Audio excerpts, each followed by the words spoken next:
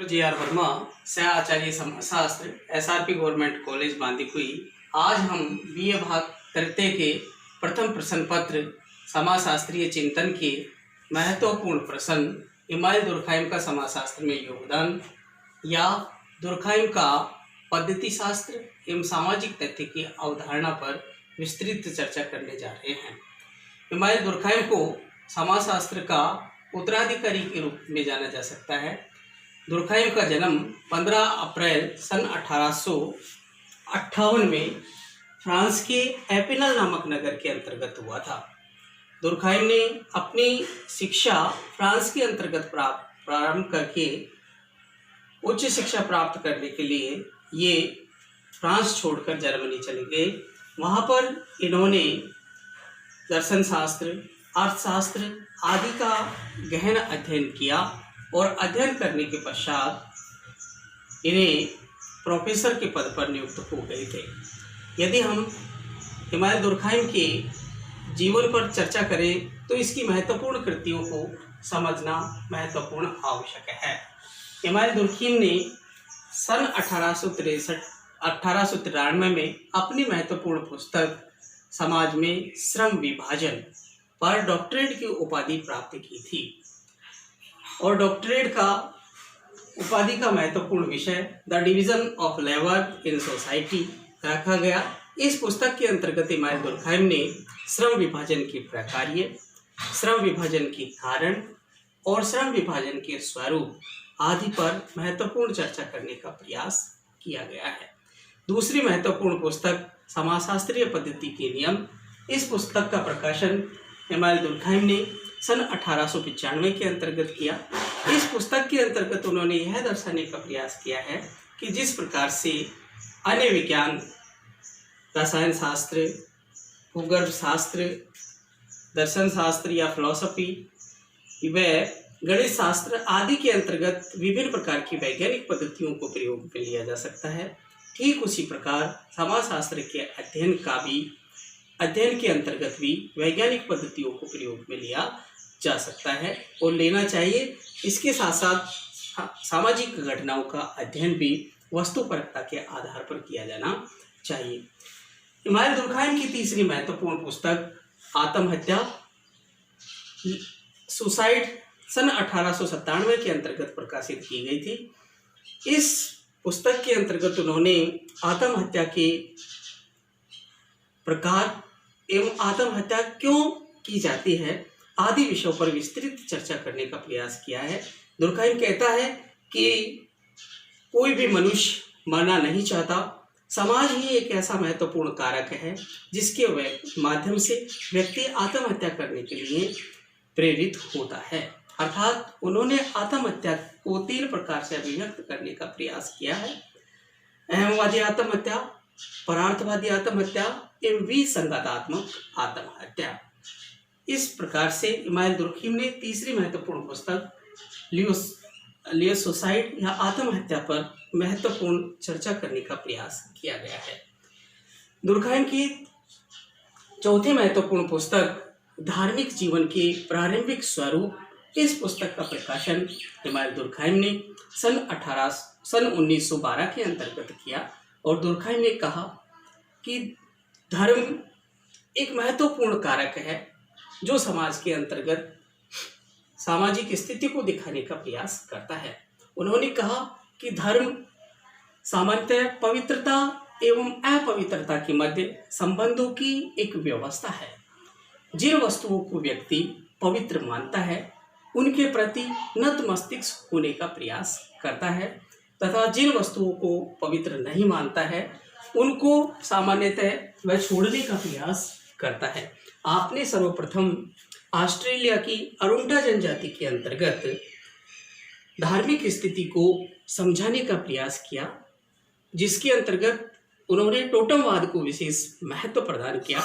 उन्होंने कहा कि टोटमवाद एक ऐसा हानिकारक जीव, पौधा, पशु, पक्षी आदि हो सकता है जिसको कि एक नाम के माध्यम से संबोधित किया जा सकता है। अर्थात धार्मिक जीवन के प्रारंभिक स्वरूप के अंतर्गत धर्म को समझने का प्रयास किया है। अब हमारा महत्वपूर्ण प्रश्न है कि सामाजिक तथ्य क्या है, अर्थात सामाजिक तथ्य किसे कहा जा सकता है। सोशल फैक्ट अर्थात सामाजिक तथ्य की अवधारणा का प्रतिपादन इमानुएल दुर्कheim ने अपनी महत्वपूर्ण पुस्तक समाजशास्त्रीय पद्धति के नियम, जो सन 1895 के अंतर्गत प्रकाशित हुई, उसके अंतर्गत दिखाने का प्रयास किया गया है। अर्थात इमानुएल दुर्कheim ने कहा कि समाजशास्त्र के अंतर्गत भी सामाजिक घटनाओं का अध्ययन करते समय जिस प्रकार भौतिक शास्त्र, रसायन शास्त्र, गणित शास्त्र आदि के अंतर्गत वैज्ञानिक पद्धतियों को प्रयोग में लिया जा सकता है, ठीक उसी प्रकार समाजशास्त्र के अंतर्गत भी सामाजिक घटनाओं का अध्ययन करते समय वैज्ञानिक पद्धतियों को प्रयोग में लिया जा सकता है, लिया जाना चाहिए। इसके अंतर्गत सामाजिक घटनाओं का अध्ययन सामान्यतः वस्तुपरकता के आधार पर किया जाना चाहिए। उन्होंने कहा कि सामाजिक तथ्य सोचने, विचार करने एवं कार्य करने व अनुभव करने के वे तरीके हैं जो सामान्यतः व्यक्ति से बाहर होते हैं तथा उन पर बाध्यता मूलक प्रभाव देखा जा सकता है। आपने सामाजिक तथ्य क्या है से संबंधित अवधारणाओं को प्रतिपादित करते हुए समझाने का प्रयास किया गया है कि सामाजिक तथ्य कार्य करने, विचार करने व अनुभव करने के वे तरीके हैं जो व्यक्तिगत चेतना से, अर्थात समाज के अंतर्गत सामान्यतः दो प्रकार की चेतना पाई जाती है। एक तो व्यक्तिगत चेतना, दूसरा है सामूहिक चेतना।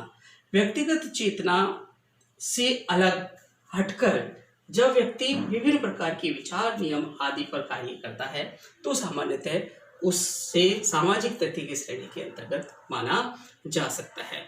सामाजिक तथ्य की अवधारणा के अंतर्गत हम यदि पूर्ण रूपेण समझने का प्रयास करें तो हम कह सकते हैं कि सामाजिक तथ्य सामान्यतः कार्य करने, विचार करने, अनुभव करने आदि के वे तरीके हैं जिनके अंतर्गत सामान्यतः वैश्यकता अर्थात वस्तुपरकता के गुण पाए जा सकते हैं।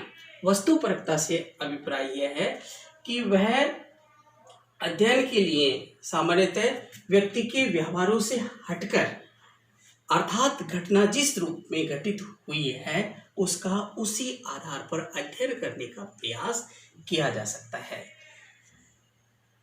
सामाजिक तथ्य से संबंधित अन्य विचारों पर चर्चा करते हुए इमानुएल दुर्कheim ने समझाने का प्रयास किया है कि सामाजिक तथ्यों के अंतर्गत सामान्यतः सोचने, विचारने व कार्य करने व अनुभव करने के वे तरीके हैं जिनके अंतर्गत सामान्यतः बाह्यता का गुण पाया जाता है। अर्थात उन्होंने समझाने का प्रयास किया है कि सामाजिक तथ्य सामान्यतः जिस प्रकार से कोई वस्तु होती है उसे बाहरी आधार पर देखा जा सकता है, ठीक उसी प्रकार सामाजिक तथ्यों को भी व्यक्ति से पृथक करके देखा जा सकता है।